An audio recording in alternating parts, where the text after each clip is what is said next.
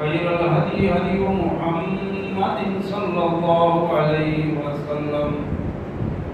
وشر الأمور محدثاتها كل محدثة بدعة وكل بدعة ضلالة وكل ضلالة في النار. قال الله تبارك وتعالى في الكلام المجيد والفرقان الحميد: أعوذ بالله من الشيطان الرجيم. بسم الله الرحمن الرحيم. ولقد آتينا إبراهيم رشده من قبل وكنا به عالمين. إذ قال لأبيه وقومه ما هذه التماثيل التي أنتم لها عاكفون. قالوا وجدنا آباءنا لها عابدين.